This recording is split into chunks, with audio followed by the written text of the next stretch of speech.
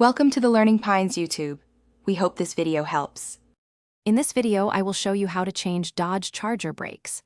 First, gather all your necessary tools, including a reliable jack, sturdy jack stands, and a lug wrench. Make sure you have new brake pads, rotors, and some caliper grease ready. Safety is paramount, so always wear gloves and eye protection. Work on a flat, stable surface and ensure your vehicle is securely supported before you begin any work. Now, let's get those old brakes off. Begin by loosening the lug nuts on the wheel while the vehicle is still on the ground. Once loose, lift the vehicle and place two sturdy jack stands securely under the frame. Remove the two caliper bolts, then carefully slide the caliper off the rotor. Hang it safely to avoid stressing the brake line.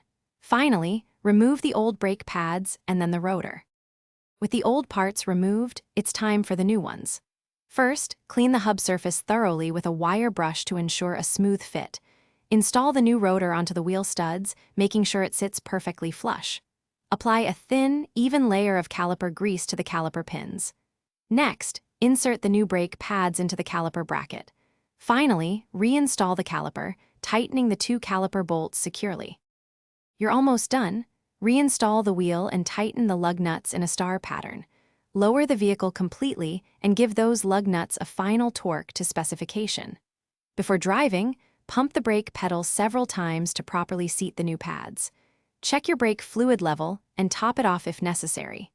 Drive cautiously for the first 50 to 100 miles to allow the brakes to brake in properly. Thanks for watching. Consider subscribing if we helped you.